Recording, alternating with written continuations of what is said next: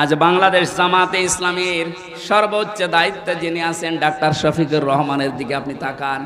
4টা দিন এই লোকটার সাথে আমি এক ঘরে ছিলাম, কাশিমপুর কারাগারে। এটা মানুষ বলা যায় না, আমার মনে এটা ফেরেশতা। তার যে ঈমান কোন পর্যায়ে আপনি তার সাথে না মিশলে বুঝবেন না। মনে করছেন জামাত ইসলাম, না, কিসের জামাত? সে জামাতের ঊর্ধ্বে।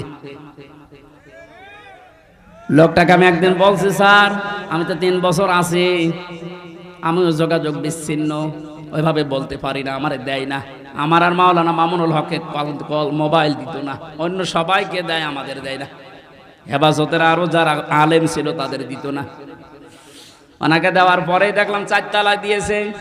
দেখা করতে যেয়ে বললাম, স্যার এখানে একটা উপায় আছে, আপনি যদি অনুমতি দেন তাহলে আপনাকে এই কারারক্ষীদের মাধ্যমে একটা কায়দা করে মোবাইল এনে দিই, ছোট মোবাইল, আপনি কথা বলতে পারবেন চুরি করে। কি বললে? কার সাথে কথা বলবো? অথচ তার ছেলেটাও পাশের জেলে আছে, তার ছেলেও ডাক্তার, পাশের এক বিল্ডিং পরে তার ছেলে জেল খাটতেছে। কি হিন্দাল সার্কিয়া, কি শয়তানি নাম, উল্টোপাল্টা নাম দিয়ে মামলা করছে।